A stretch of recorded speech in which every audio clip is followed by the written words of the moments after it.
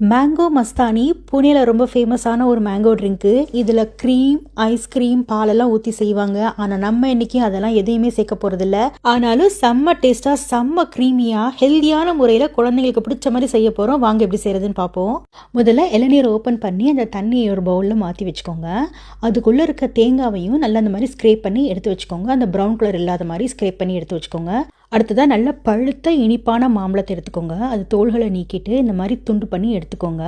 மாம்பழம் ஸ்வீட்டாக இருந்தால் தான் நமக்கு இதில் எக்ஸ்ட்ரா ஸ்வீட் சேர்க்க வேண்டிய அவசியம் இருக்காது.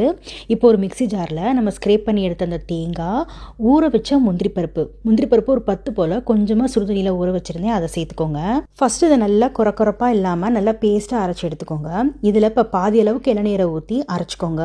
அடுத்ததாக இதில் நம்ம வெட்டி வச்ச மாம்பழத்தை சேர்த்துக்கோங்க. கூடவே மிச்சம் இருக்க இளநீரை ஃபுல்லாக ஊற்றி நல்லா இப்போ பேஸ்ட்டாக அரைச்சி எடுத்துருங்க. அவ்வளோதாங்க, சூப்பரான மேங்கோ மஸ்தானி ரெடி ஆயிடுச்சு. க்ரீம், ஐஸ்கிரீம், பால் இப்படி எதுவுமே சேர்க்காம ஹெல்த்தியான முறையில் ரெடி பண்ணிட்டோம். உங்களுக்கு ஸ்வீட் தேவைன்னா இதில் ஹனி சேர்த்துக்கலாம். ஆனால் உங்கள் மாம்பழமும் இளநீரும் நல்லா இனிப்பாக இருந்துச்சுன்னா அதுக்கான அவசியமே இருக்காது. ரொம்ப இனிப்பாக இருக்கும், சூப்பராக இருக்கும். ஜஸ்ட் பரிமாறத்துக்கு முன்னாடி சின்ன சின்ன மாம்பழ துண்டுகள் இப்படி மேலாப்பில் போட்டு டூட்டி ஃப்ரூட்டியோ இல்லை பொடியாக வெட்டின நட்ஸோ மேலாப்பில் தூவி கொடுத்தீங்கன்னா ரொம்ப அட்ராக்டிவாக இருக்கும் பார்க்குறதுக்கு.